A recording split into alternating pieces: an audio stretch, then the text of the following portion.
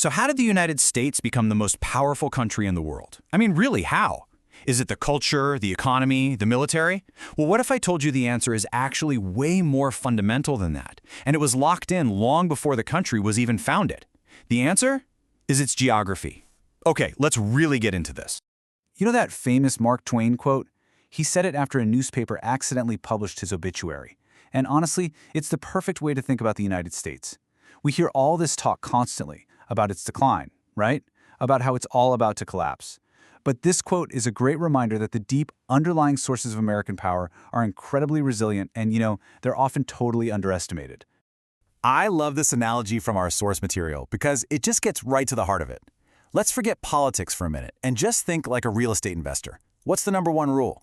Location, location, location. And on a planetary scale, the US, well, it simply has the best location on the market. It's got amazing views, incredible water features, and the neighbors, not a problem at all. So what exactly makes this piece of real estate so darn valuable? It's like the country literally won the geographic lottery. We're talking about its neighbors, its incredible resources, and this is the really crucial part, its internal transport links that make it so easy for it to function as one big unified state. Just look at this. This right here explains America's almost perfect security. You've got two gigantic oceans, the Atlantic and the Pacific, and they act like the world's greatest moats. To the north, you have a friendly and very sparsely populated Canada, and to the south, a much weaker Mexico. The key takeaway is this: there are zero credible military threats anywhere nearby. And that kind of security, well, it's a luxury that no other great power in history has ever enjoyed. But here's the thing. This continental superpower wasn't just born overnight. Nope, it had to be built. So let's rewind the clock a bit and see how the early Americans went from being basically trapped on the coast to unlocking the entire continent. In the very beginning, this was the United States, just a small string of colonies, literally pinned between the massive Atlantic Ocean on one side and this huge natural barrier on the other. The Appalachian Mountains, stretching for 1,500 miles, were like a giant wall blocking any real move to the west. But what was on the other side of those mountains? Well, that was the greatest prize of them all.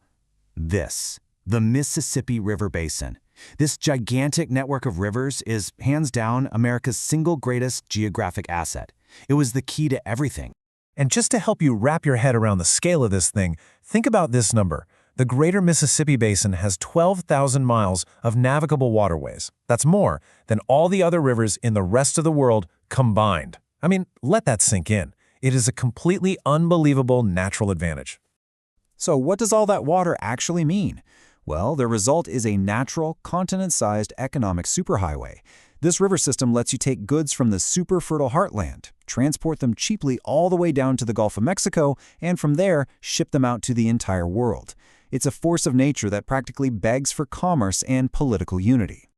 But back in the early 1800s, there was this one massive problem, and Thomas Jefferson saw it crystal clear. He knew that the whole system had a single choke point, the port of New Orleans. As long as some other country controlled the mouth of the Mississippi, America's entire future was basically at their mercy. And that country was France. So what was the solution? It wasn't war. It was one of the greatest real estate deals in all of history, the Louisiana Purchase of 1803. For just $15 million, the U.S. doubled its size, like overnight. But way more important than the land was gaining control of New Orleans. With that one move, America secured mastery over the entire Mississippi Basin. Game changer. Okay, so with the heartland now secure, the nation's ambition just exploded. The goal wasn't just survival anymore, it was what they called manifest destiny. This idea that they had to control the continent from the Atlantic all the way to the Pacific, from sea to shining sea. And boy, did this expansion happen fast. I mean, breathtakingly fast. First, they got Florida from Spain in 1819. Then, American settlers pushed into Texas, which led to its independence from Mexico and, you guessed it, its eventual annexation by the U.S. Of course, that move kicked off the U.S.-Mexican War, which ended with the U.S. taking control of the huge territories that would one day become the American Southwest. And just like that, it was done. The continental phase was complete. Think about it. In the span of a single human lifetime, the United States had secured its heartland, reached the Pacific Ocean, and kicked all of its European rivals off its doorstep. All right, but being a secure continental power is one thing. To become a true global superpower, you have to control the seas. And that required a massive, profound shift in American thinking, a pivot from focusing on the land to dominating the oceans. And you can really see how dramatic this shift was. You go from George Washington, in his farewell address, telling the country to avoid foreign entanglements at all costs, to the reality of American power after World War II, a globe-spanning web of alliances, treaties, and military bases. The old isolationist nation had become the world's policeman. So how did this transformation happen? It was really a few key steps. The Spanish-American War in 1898 was a huge turning point. It gave the U.S. strategic islands in both the Caribbean and the Pacific. Right around then, annexing Hawaii secured a vital port smack in the middle of the Pacific. Then, the Panama Canal Project gave its Navy an incredible shortcut between the two oceans. But the final piece of the puzzle fell into place after World War II, when the British Empire went bankrupt and couldn't afford to rule the waves anymore. The U.S. Navy just stepped in and took over the job. So there you have it. That's the foundation. A secure, resource-rich continent that basically acts as a launch pad for global naval power. But how does all that hold up today?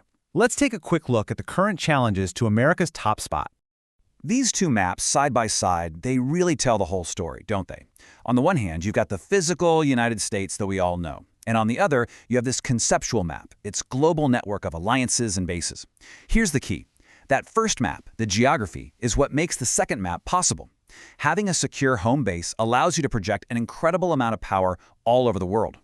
So what about the challengers? Well, according to our source, Europe is still too divided, and frankly, still too dependent on the U.S. for its own defense. Russia? It's geographically hemmed in.